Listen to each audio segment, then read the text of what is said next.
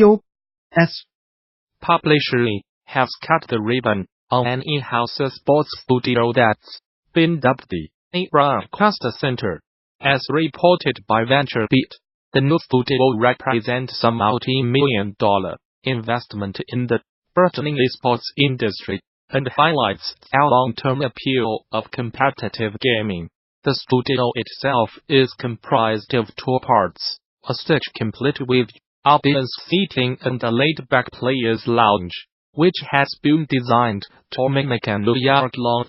The entire development has more than 60 screens and monitors, 200 light fittings, multiple spectator cameras, directional microphones, and a fully equipped control room that can handle digital on television broadcasts. The broadcast center and studio has a focus on running competitions, but it also will have all of the other show content, like analyst shows, lifestyle profiles, the things you see around traditional sports, said the senior vice president of competitive gaming, Todd Sitrin.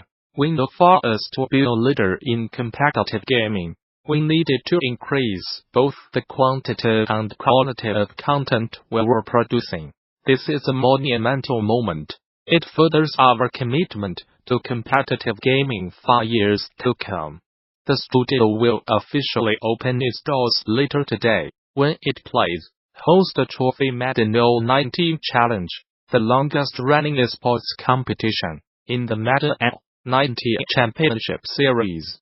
Chris Kerr, at KERBLIMEY, is Gamasutra's resident United Kingdom news reporter, and cake maker extraordinaire.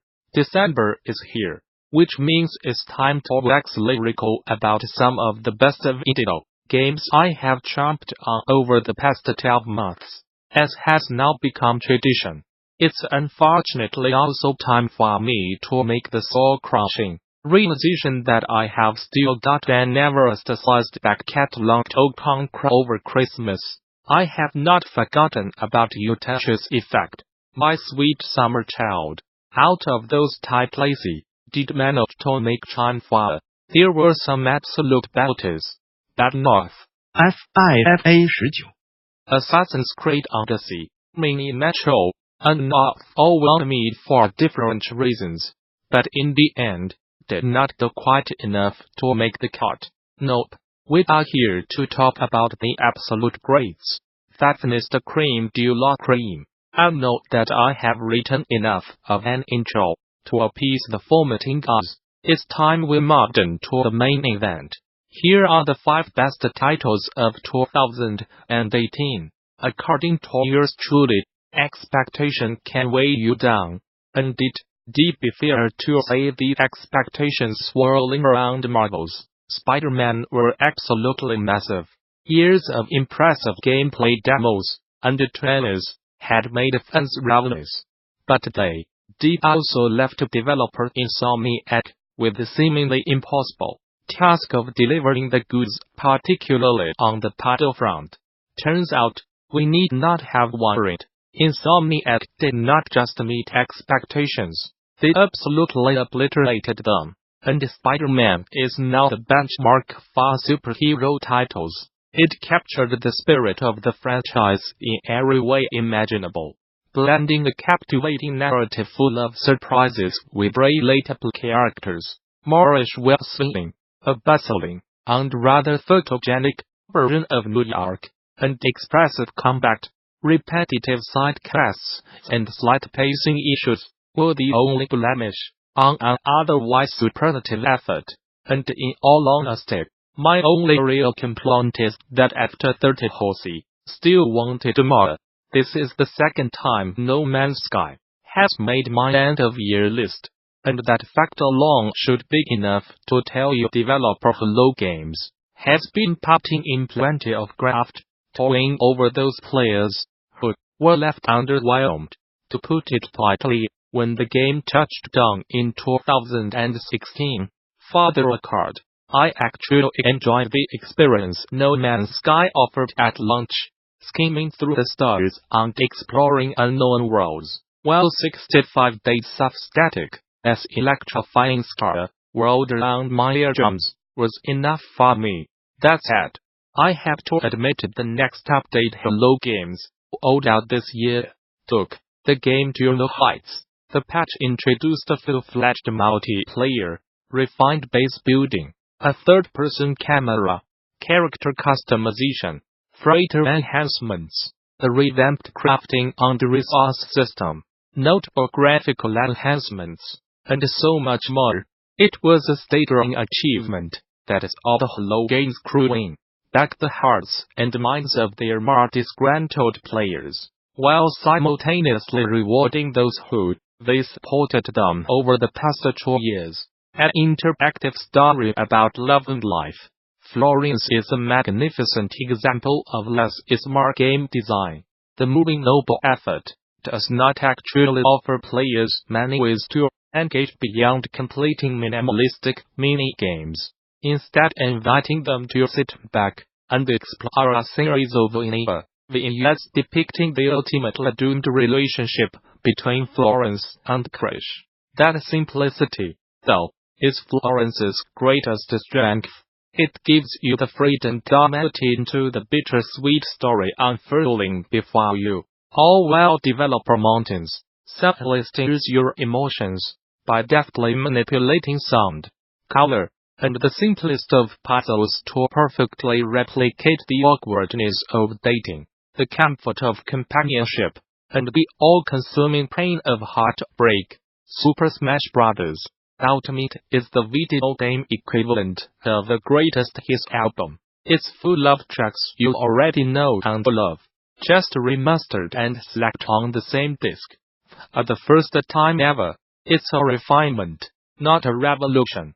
But that does not make it any less of an achievement. In fact, while I like that analogy, it might be a little bit unfair on Nintendo. Ultimate is not the definitive version of Smash Bros.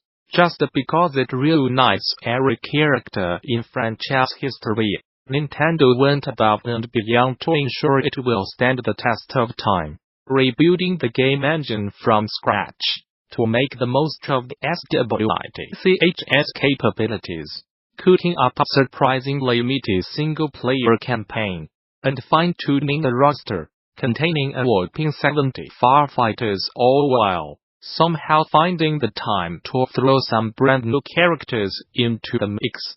I have not seen a bad word written about Ultimate since it landed at the start of December, and you can bet your bottom dollar you will not find one here. If it does indeed prove to the series director, Masahiro Sakurai, last Smash Bros. Game, then he's going out on the highest of highs. Red Dead Redemption 2 isn't just one of the best games of 2018. It's one of the best games of this console generation. Look, I know some of you will be rolling your eyes right now, and I am not for 1 second suggesting it's perfect. The opening is a mite sluggish. The gunplay could be a little tighter, and characters do not control as well as they should. Ultimately though, that's a small price to pay when you get to exist in one of the most absorbing digital worlds ever created. Even if you come for the story, which in itself is worth the price of admission, you will stay just to meander through Rockstar's sprawling rendition of the Wild West. During my playthrough, I spent the bulk of my time sidestepping the main missions to hunt, fish, forage, pilfer, gamble, help out strangers, and do just about everything I could to prolong my stay. I cannot pay the devs at Rockstar any higher praise than that. What they have created with Red Dead 2 is nothing short of a technical miracle. I just wish the people employing them would start leading by example, and more to eradicate rather than perpetuate crunch culture. There's no excuse for working your employees to the bone, and it's time people scratch the notion that long hours and project mismanagement are somehow part and parcel of the games industry. By Winifred Phillips Contact. Follow. Delighted you have joined us. I am very pleased to share that over the next 2 months I will be speaking at two fantastic events, focusing on music in video games. My two presentations will explore the unique structure and character of video game music, and how it helps to better envelop players in the worlds that game designers have created.